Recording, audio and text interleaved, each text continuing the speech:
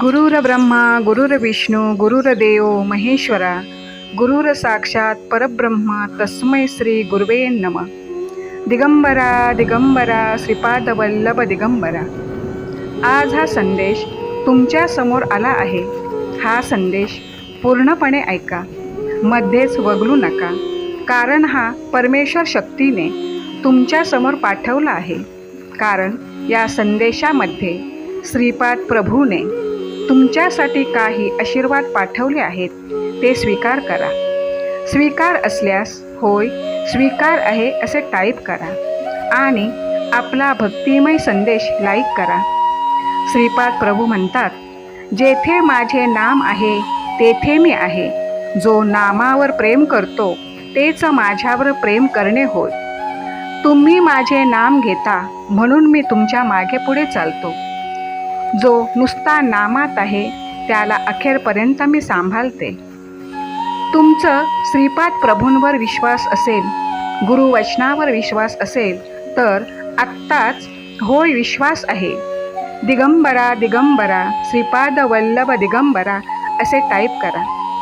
तुमच्यासाठी बंद नशिबाचे द्वार उघडले जातील. परमेश्वराला साष्टांग नमस्कार घालून मी पुन्हा ते पाप करणार नाही असे म्हटले तर तीर्थ करणार नाही ते परमेश्वर करणार असे म्हणण्यासारखेच आहे.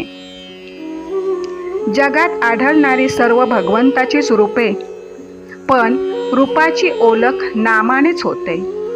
प्रत्यक्ष आकारात आलेली रूपे नाशी झाली तरी त्याचे नाव टिकून राहते. म्हणजे नाम हे देश कालाच्या मर्यादित पलीकडे आहे. जो नामात राहील त्याला नामच तारे. नामातच सर्व काही आहे असा दृढ भाव पाहिजे. तो ठेवून व्यवहारातील सर्व कामे करावी.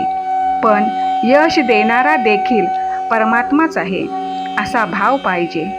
तर मग सर्व काही तुमच्या मनासारखे होईल. व्यवहाराला जीवनामध्ये पैसा शक्य आहे आणि तो नीतीने वागून आपल्या पोटापुरताच कमवणे जरुरी आहे. पण जर तो मिळाला नाही तर जीवन व्यर्थ आहे असे कोणी समजू नये. जगात खरे सुख नाही, दुःखही नाही. खरे सुख दुःख भगवंताला अर्पण करावे. गुरुने दाखवल्याशिवाय तो परमात्मा भेटत नाही. गुरु तारे त्याला कोण मारे. गुरुसुद्धा नामस्मरण साधन सोपे म्हणून सांगतात. ते दिसायला जितके सोपे तितकेच करायला कठीण आहे. म्हणून सोडून देऊ नका. आपण देवाला शरण जाऊन साधन सोपे होते म्हणजे ते करायला तो परमात्मा शक्ती देईल. कर्माचे फल आपल्या हातात नाही म्हणून त्याची काळजी करू नये. हे समजले तरी काळजी न करणे हे देखील आपल्या हातचे नाही. म्हणून आपण काळजी करतोच. म्हणूनच यासाठी भगवंताच्या नामात राहण्याची सवय करावी. जे घडते ते भगवंताच्याच इच्छेनेच घडले आहे ही भावना ठेवून आपले कर्तव्य करत राहावे. पाया भक्कम नसेल तर त्यावरची इमारत जास्त दिवस टिकू शकत नाही. त्याचप्रमाणे नीती जर सांभाळली नाही तर पुढच्या कर्माचा फारसा उपयोग होत नाही. परस्त्री माते समान माना, पण उपद्रव्याची अभिलाषाही बाळगू नका आणि परनिंदेला विष्ठा समजून त्याग करा. या 3 गोष्टींना फार सांभाळा. परमात्म्याची इमारत या 3 गोष्टीवर उभी करायची असते. तुमच्या बुद्धीला पटूनी जर तुम्ही असे वागलात नाही किंवा नुसता प्रयत्नही केला नाही तर तो दोष सर्वस्वी तुमचाच नव्हे काय. म्हणून मला पुन्हा सांगावेसे वाटते की वेळेवर जागे होऊन योग्य रस्त्याला लागा. मुलगा गावाला जाताना ज्याप्रमाणे आई त्याला फराळाचं देते त्याप्रमाणे परमात्मा आपल्याला ज्या परिस्थितीत जन्माला घालतो त्या परिस्थितीत राहण्यासाठी लागणारे समाधानी आपल्याला तो देत असतो. ते घ्यायची आपली तयारी मात्र पाहिजे.